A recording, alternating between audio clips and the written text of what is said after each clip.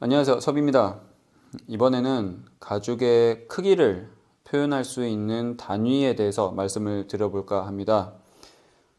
전체적으로 이제 간단히 말씀을 드리기 전에 이것부터 한번 보여드릴게요. 자, 이 가죽은 독고 가죽입니다. 이제 영어로는 스플릿 레더라고도 하죠. 그 표면은 쓰고 이제 남은 밑가죽입니다.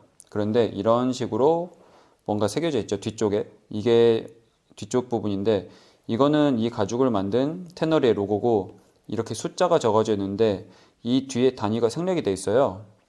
이 단위는 미터 제곱입니다. 즉, 이 가죽은 원래 1.48 미터 제곱이었던 가죽인 거죠.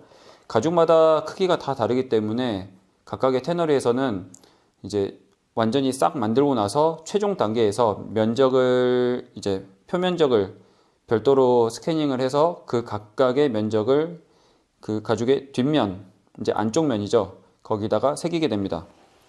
이 가죽도 독고 가죽, 스플릿 가죽이에요. 114라고 적어져 있는데 이것도 미터 제곱입니다. 이것도 이제 이태리, 아니다. 이거는 독일에서 온 가죽이었을 거예요. 아마 그랬던 것 같은데 아닌가?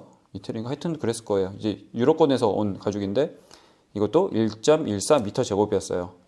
그리고 지금 이거는 프랑스산 염소인데 여기 보면은 041이라고 적어져 있죠. 0.41 미터 제곱이라고 확인을 할 수가 있습니다. 그런데 이제 우리나라에서는 보통 평이라는 단위를 많이 쓰죠. 그래서 이 평으로 환산을 할 때 어떻게 되는지 한번 보여드릴게요. 자, 짜잔. 네, 이렇게 됩니다. 1미터 제곱, 잠시만요. 자, 1미터 제곱이 100cm에 100cm입니다. 그래서 이 전체 면적은 1000cm 제곱이에요. 그런데 이게 이런 식으로 이제 1foot square라고 하죠. 원래 foot은 30.48cm예요. 그리고 30.48cm의 면적을 의미합니다.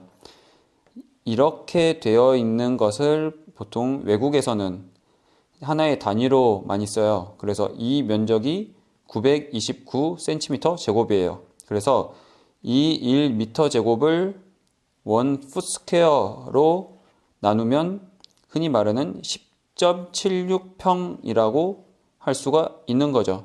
그런데 조금 의아한 게 우리나라에서는 30cm에 30cm짜리를 1foot square라고 쓰고 이걸 한 평이라고 해요. 그러니까 이 단위는 약간 이제 코리안 버전이라고 할 수가 있죠.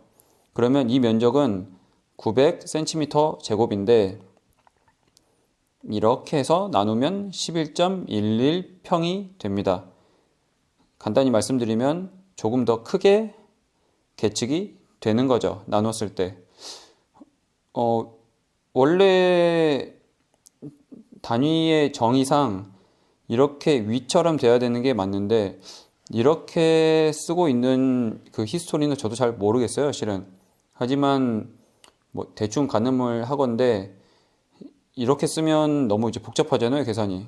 그래서 이렇게 좀 단순히 해서 현장에서 쓰고 이제 관습화돼서 쓰다 보니까 그렇게 되지 않았나라고 생각하는데 어찌됐든 이렇게 되면 같은 면적을 조금 더 크게 나타낼 수가 있습니다. 차이가 나요. 그래서 대충 1m 제곱을 이렇게 다른 사이즈로 해서 나누게 되면 0.35평 정도 차이가 나요. 그런데 여기에 대해서 그러면 내가 그동안 조금 손해를 보고 가죽을 샀네? 라고 생각을 하실 수도 있잖아요. 네, 한국에서 그렇게 많이 쓰니까 그랬을 수도 있는데 막상 그렇게 큰 금액은 아닙니다. 이 평수 차이를 만약에 평당 15,000원짜리라고 계산을 해보면 나는 5,250원 그리고 평당 5,000원짜리 가죽이라고 하면 1,750원의 차이가 납니다. 실은 평당 15,000원을 곱하면은 10평이 넘어가면 17만원 뭐 이렇게 돼요. 16만원, 17만원 그 정도쯤 될 건데, 거기서 이제 5,000원 차이는 물론 뭐 이제 쌓이면 크겠지만 소량 구매하는 입장에서 엄청 큰 차이는 아니니까 너무 붕괴하지 마시고, 아하, 내가 이런 부분에 있어서 알고 사는 현명한 소비자구나 라고 생각을 해주시고, 이런 내용, 이런 부분을 알고 있음으로써 나중에 이제 판매자와의 이제 조금 갈등이 있을 수 있잖아요. 그런 부분에 있어서 조금은 너그럽게 혹은 유도리 있게 넘어가시길 바라겠습니다. 실은 저도 이해가 안 돼요. 그런데 한국에서는 이렇게 30cm에 30cm를 한 평으로 쓴다는데 뭐 어떻게 하겠습니까? 적어도 저희는 알고 사면 좋은 거죠. 그래서 어찌됐든 이제 이 풋에 대한 정의와 한국에서 쓰는 풋의 사이즈가 조금 이제 길이 차이가 조금 난다는 점을 알고 계시면 되고, 이 한 평을 기준으로 모든 가죽의 단가가 매겨지게 됩니다. 그래서 평단가가 얼마다 라고 써지게 되는 거죠. 이렇게 참고하시면 될 것 같아요. 그래서 대부분의 소가죽 혹은 염소가죽, 그리고 그 외에 이제 좀 사이즈가 있는 가죽들은 평이라고 표현을 합니다. 그렇다면은 이런 단위도 있어요. 자, 이거는 코도반인데, 코도반을 제가 이제 쓰다 남은 거예요. 그런데 코도반 같은 경우는 평이라고 표현을 하기도 하지만 어떤 단위를 많이 쓰냐면 이렇게 16d 제곱이라고 되어 있죠. 보통 DS라고 하는데 스퀘어 데시미터라고 합니다.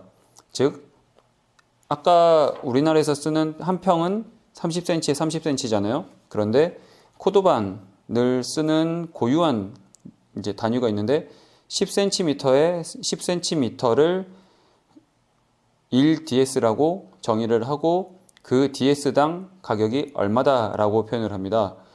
이거를 소가죽이나 일반 염소가죽 이런 큰 가죽에 쓰는 평으로 환산을 한다고 하면 그냥 곱하기 9를 하면 얼추 비슷해지겠죠. 그렇게 생각을 하시면 됩니다. 그래서 이 코도반 같은 경우는 원래는 이제 16DS짜리 가죽이었어요. 코도반은 그렇게 생각을 하시면 되고, 물론 DS로 표현도 하지만 이제 평수로도 표현을 합니다.